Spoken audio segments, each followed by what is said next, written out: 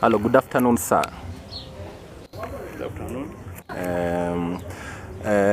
Could you please introduce yourself? Mimi naitwa BENSON AVINDA.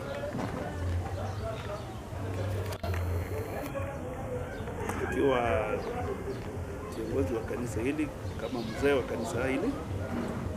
Kabiro Local Church ilianzishwa 1988 na inakuwa it's part of Kawangware monthly meeting. Kama Kawangware monthly meeting itoka Kabete monthly meeting. Na it is affiliated to the Nairobi Yard meeting. Okay, thank you very much. Now, you've been a member for this church for how long? For the last 25 years. So. Wow, so long. Mbona nini imekuweka Kabiro and you've never looked for another church? Kile kitu ambacho kimenifanya nimekuwa Kabiro, kwanza mimi nimezaliwa kama Mfriends from my background at home. Okay. Na wakati nilipokuwa mtoto mchanga nilifundishwa ya kwamba nimtumainie Mungu katika maisha yangu. Okay. So wakati nilipokuja mjini kutafuta kazi baada ya kumaliza shule, alright, ikanibidi kwamba nikaweza kujiunga with the other Quakers. So the first church I entered into when I came to Kawangware was Kabiro Friends Church. Kabiro Friends Church. That was the year 98. Now. You remember the date? That's okay. Now, what do you love about Kabiro Friends Church? Kabiro Friends Church ni kanisa ambalo liko na ile uvuo, that is uvuo wa Yesu Kristo. Na ile kitu ambacho kimefanya nimenipenda is the unity of members. We are living as a family, as one, as the way the Bible inatuambia kwamba tukaishi, tukapenda wajirani wetu. So that is why I belong to Kabiro Friends Church. Now, the church has a long history. Could you please take us a little bit, because you've been here for 30 years. Kanisa ilianzia wapi na tumefikia wapi mpaka sasa hivi? Maendeleo ya kwamba for example members wameongezeka kiasi kipi, na kanisa lipo wapi sahihi na lilikuwa wapi hapo nyuma? Kabiro Friends Church ni kanisa ambalo liko mahali ambapo tunaita slum area Kawangware. Okay.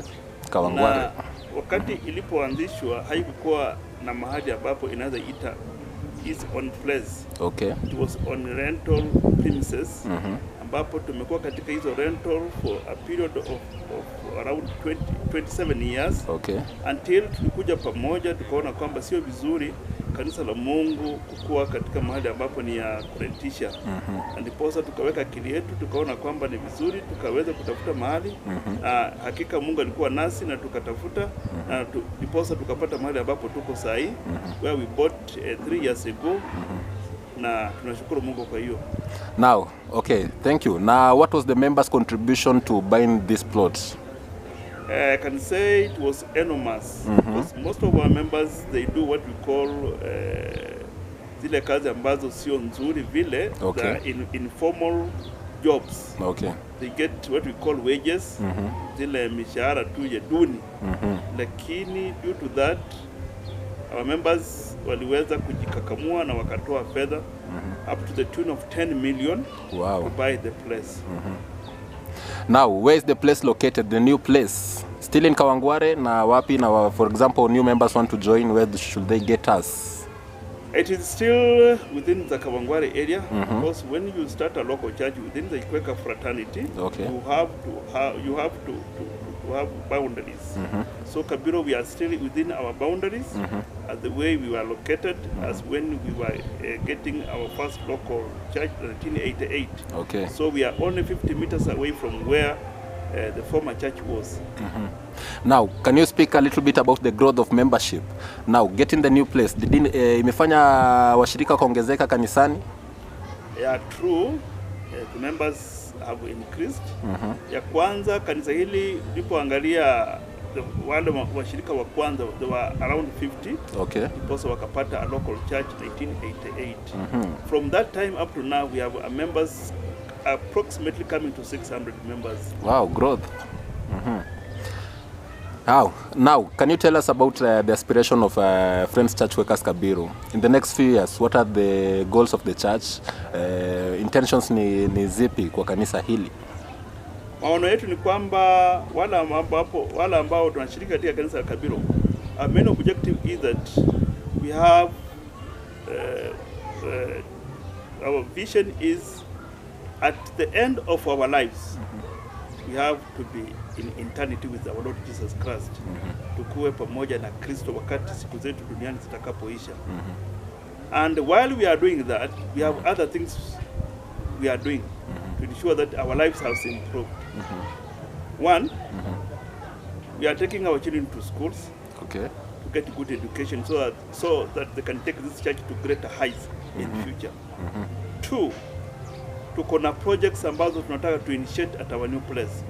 We want to have a very big church, a conference center within these premises, and an